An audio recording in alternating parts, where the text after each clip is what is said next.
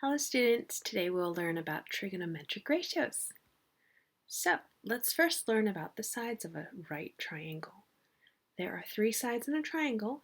In a right triangle, there is the hypotenuse. It is the side that is the longest and it is also across the right angle. There are two other sides. Look for the angle. The side that is opposite the angle is called the opposite leg. The side that is next to this angle is called the adjacent leg. We could also look here. Because triangles can be in different directions, we have to be very careful depending on which angle we look at. For angle B, the opposite side is here. The adjacent side is here. However, if we're looking at angle C, this would be the opposite side and this would be the adjacent. So please be very careful. So let's look at the different ratios.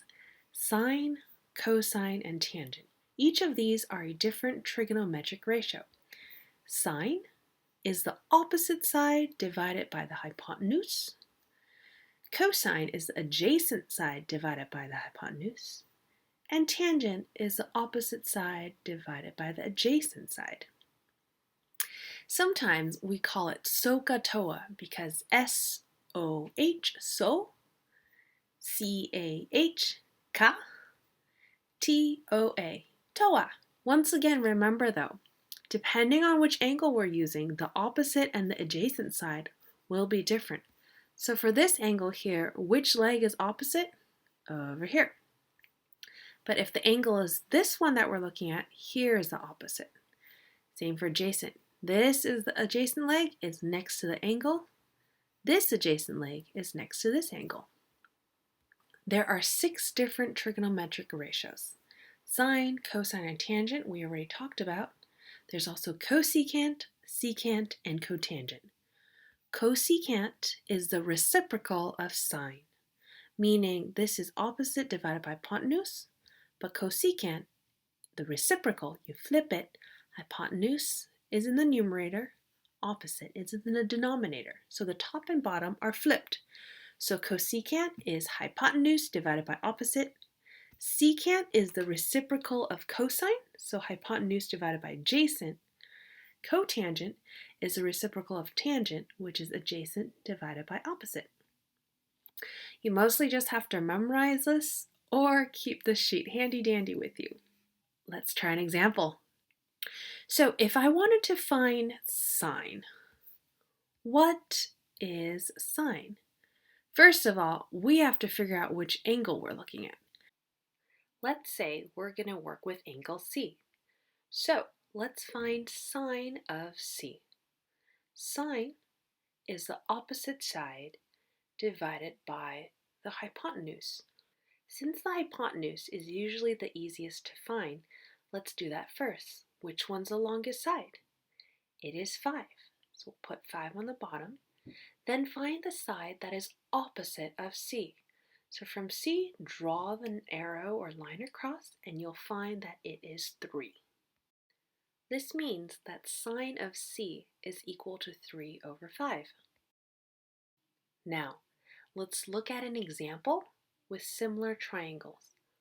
Whenever you have similar triangles, because we're working with trigonometric ratios and similar triangles have the same ratios for all the side lengths, you can use a similar triangle with all the sides to answer these trigonometric ratio questions for a triangle that doesn't have any sides shown. Like DEF has the sides and ABC doesn't, so you could use DEF to answer for ABC.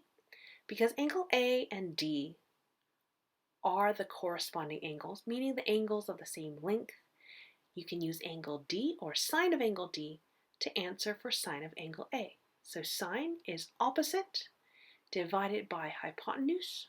Opposite of angle D is 21, and the hypotenuse, the longest side, is 29. So your answer for sine of A is 21 divided by the hypotenuse, which is 29. So because from sine D equals 21 over 29, We know that sine A is also 21 over 29. Now, what if there isn't a picture and it only asks you what is tangent of 30? What do you remember of 30 degrees for a right triangle? It is a special right triangle, the 30, 60, 90. So to find tangent of 30, look at that angle 30. What is tangent? So gatoa. Tangent is opposite over adjacent, or O over A. What is the opposite side? Opposite side of angle 30. Remember, be careful, don't use angle 60 because the question is angle 30. Opposite side of angle 30 is 1. And the adjacent side next to angle 30 is root 3. So your answer, you can write 1 over root 3. This is the answer, but we usually like to rationalize the denominator. To make it in math terms, we think it's more pretty that way. So how do we do that? 1 over root 3. You can multiply both the numerator and the denominator by the same thing because that's just multiplying by 1.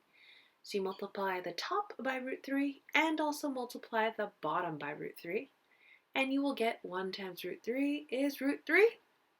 Root 3 times root 3, or root 3 squared. The square and the root cancel. You'll just have 3. And your answer will be root 3 over 3. Same thing as 1 over root 3. It's just considered prettier in math. All right, what if there isn't a triangle drawing and it's not a special right triangle? Ugh, because 34, we don't know what it is. Well, here's a really cool thing. Let me introduce you to my friend. I think you've met my friend before. It's called Desmos. All you need to do is click sine 34. Make sure right here it says degrees, and you're all done. If you're not sure where to find this calculator, you could just go to Google, type Desmos Scientific Calculator, and it will pop up. Press enter there. Scientific Calculator Desmos, click that, and it will take you to the scientific calculator, not the graphing calculator that you're used to. So this has more functions. You click functions and find sine and cosine and tangent. One last thing I want to tell you about. We'll learn more about this next week, but just for now, the calculator does not have cosecant, secant, and cotangent. So what you need to do is use sine, cosine, and tangent, and after you find the answer, find the reciprocal. For example, if sine of A is 3 over 4, the reciprocal is cosecant. Cosecant of A will be 4 over 3. So you flip the numerator and the denominator. Now, let's say you wanted to find cosecant of 30. What you need to do is actually find sine of 30 first. So click sine of 30, and then what would pop out is usually a decimal. If it can be written in a fraction form, you'll see a little button there. Click that, it will give you a fraction. Then you find the reciprocal of that for cosecant, and that is 2 over 1. In the case where it is a decimal and you can't write it as a fraction, you could take 1 divided by the answer of whatever sign is, that decimal, and that will be the answer of cosecant.